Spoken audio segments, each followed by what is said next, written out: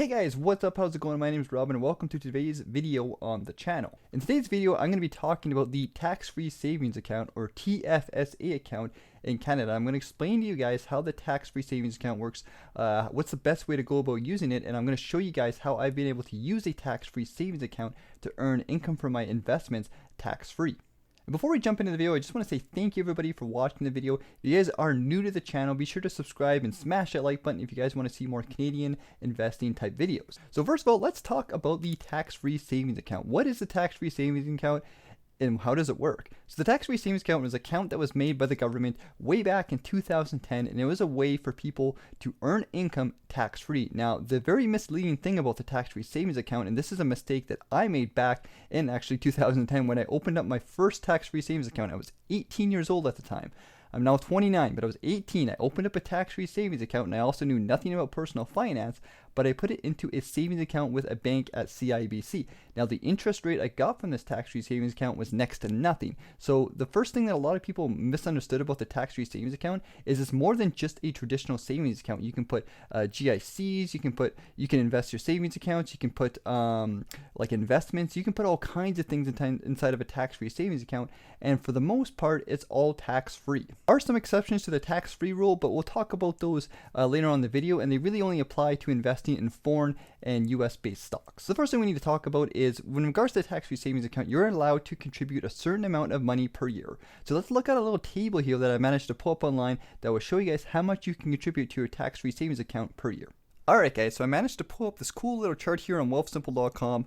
This is the contribution limit for each year for your tax-free savings account. So essentially what this means is every single year you're only allowed to put a specific amount of money into your tax-free savings account. But the cool thing about the TFSA is that money you didn't use in previous years rolls over to the next year. So in the beginning of this video, I mentioned that the tax-free savings account started in 2010. It actually started in 2009, so I was wrong about that. But the way this works is in 2009, if you turned 18, so the tax-free savings account basically applies to whenever you become an adult, which is 18 years of age in Canada. So whenever you turned 18, that's kind of your starting year. So if you turned 18 in 2013, then this would be your starting contribution limit. If you turned 18 in 2018, then this is where your contribution limit would start, and you just kind of go from here. So everybody's going to have a different limit depending on what your age is. Now, I turned 18, or I think it was in 2009 or 2010, so I actually have the maximum contribution limit. Since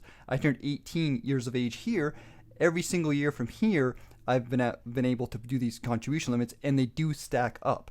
So if you didn't put $5,000 in 2009, come 2010, you can now put $10,000. If you didn't put $5,000 from 2009 to 2010, in 2011, you now have 15, and et cetera, et cetera. And you can see how the cool thing about the tax-free savings account is when I first started actually putting money in my tax-free savings account, and about 3 or 4 years ago, I actually had like the max limit of like $50,000 or $60,000 at the time. So a huge limit, long ways to go, and that's why the tax-free savings account is so good, because that limit does stack over time. Now, the thing to keep note about it is if you go over your limit, you're going to get some nasty tax consequences. So do not put more money into your tax-free savings account. Once you put the money in, just leave it. Now, when it comes to contribution room, one thing you have to keep in mind is if you put money in and you take it out, that contribution room still counts. So if you have a contribution limit of like $50,000, and let's say right now that's your limit, and you put $50,000 in, you won't be able to put $50,000 in until next year. Every single year it resets.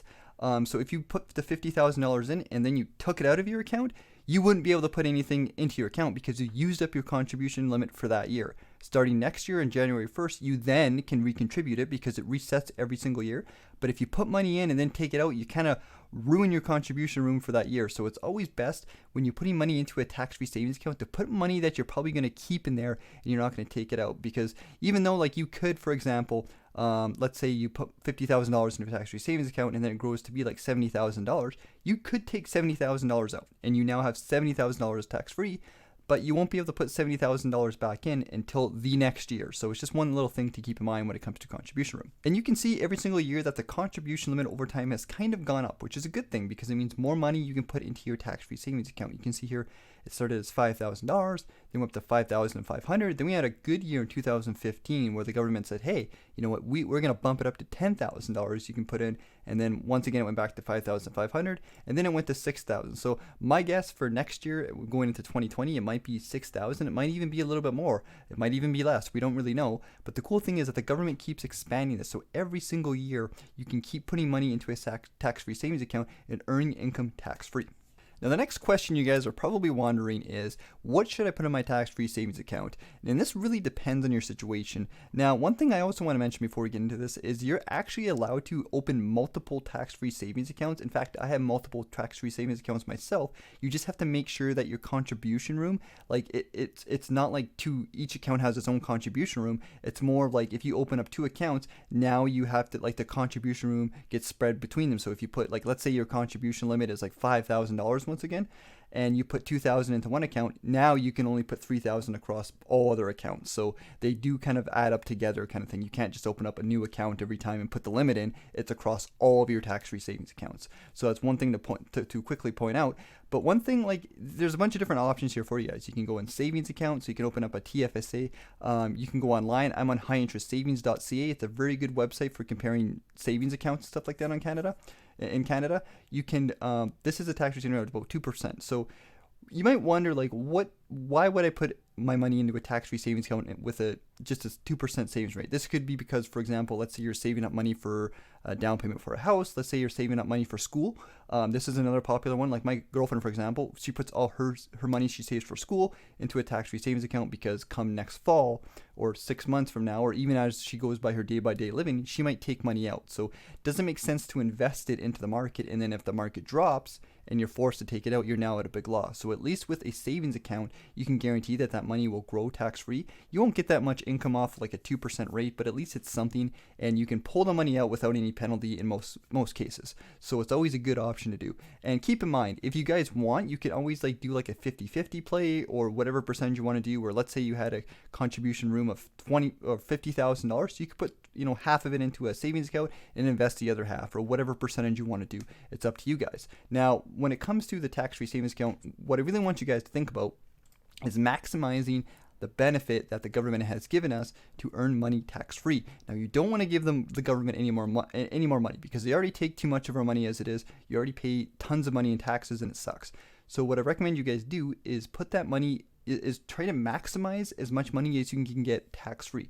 So when it comes to investments and stuff like that, this is why investing into a tax-free savings account, in my opinion, it's the smartest thing to do, because you'll get the best bang for your bucks. It might take, you know, a couple years or whatever to get that income to compound and grow, but I personally think it's the best way to do it. And here, what you guys are looking at on my screen is my tax-free savings account and my Wealthsimple account. Now, Wealthsimple is a robo-advisor. I used it to start doing my own investing about a year or two ago. And here's my account right now. I'm almost maxed out. I have another tax-free savings account that I'm investing in with my dividend investing case study that I'm doing on this channel as well. I'm growing an investing case study completely from scratch. That money is in a tax-free savings account. So any money I make from that account is 100% tax-free, unless it's in foreign stocks. Foreign stocks get automatically taxed before you even get the dividend. But anything that's Canadian stocks or anything like that is 100% tax-free. So in this account right here that you're looking at right now, let's say this account grew to $100,000. I could take that money out eventually, and it would be 100% tax-free. Wouldn't have to claim any taxes on it. It'd be 100% tax-free. And this is why investing into a tax-free savings account, in my opinion, is the best way to do it. And it's super easy. You don't have to get too technical with things. My recommendation for you guys who are beginners is open up a robo-advisor online. It can be Wealthsimple. It can be Questrade. Like, there's tons of different ones out there. Find whatever one you guys want. I've done a few Wealthsimple review videos. I recommend them, but choose whatever one you guys want. And open up a tax-free savings account and start putting money into there and investing it, because anything you make will be 100% tax-free. And I'm going to go in here and I'm going to look at some dividends just to show you guys some examples of like what you can make tax-free. So, you know, it might be a little bit money here and there, but it really does add up. So I zoomed in here so you guys can see, and I started investing, and it was about February 2019. You can see here with this main account I have. And over the years, like the past year or two, you can see that money, like these are the dividends I've been getting. And obviously it's pretty small in the beginning, right? You can see it's just a couple bucks. but it does grow over time. And you can see there's some big numbers here, and this is all tax-free, guys, except for the ones, like I said, that are in foreign stocks, but it's not that much. Like and it gets taxed before you even get the dividend. So what you're seeing here is the final number kind of thing. And you can see that these dividends do add up over time. Like, look at that, $150 right there in December, tax-free. You know, $100 right here, tax-free. $44 tax-free. $48 tax. It just keeps adding up over time. And this is why, like, dividend investing or REIT investing is a great option to put inside your tax-free savings account, because you don't have to claim any income off it. It's up to you guys how you want to do it, but I highly recommend that you guys do that, because then that money can keep growing over time and you don't have to pay taxes. Like, if you can make $10,000 a year tax-free, that's actually worth a lot more money than if you made $10,000 at like working a job, because a lot of that money gets taxed. So any money you make from a tax-free savings account really does add up at the end of the day. And once again, I'm going to show you guys my my dividend investing case study on this channel. This money is all tax-free. So you can see here, I started investing with dividend stocks, which pay me monthly like dividends every single month.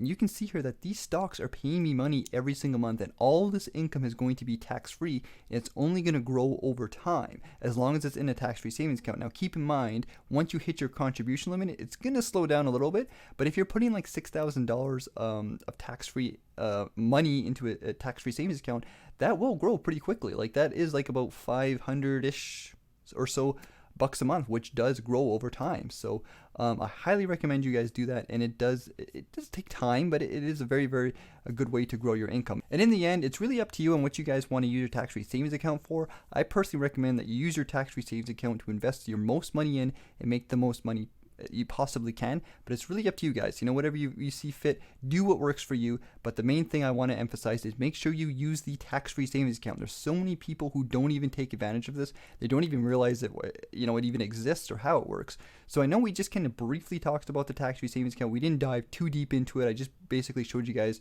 an overall example of how it works, but I hope you guys enjoyed this video, and be sure to start using the tax-free savings account. So if you guys enjoyed this video, be sure to let me know what you think in the comments. Please give the video a like, and if you guys enjoyed the video and want to see more Canadian-based investing and personal finance content, be sure to subscribe to the channel. So thanks for watching, guys.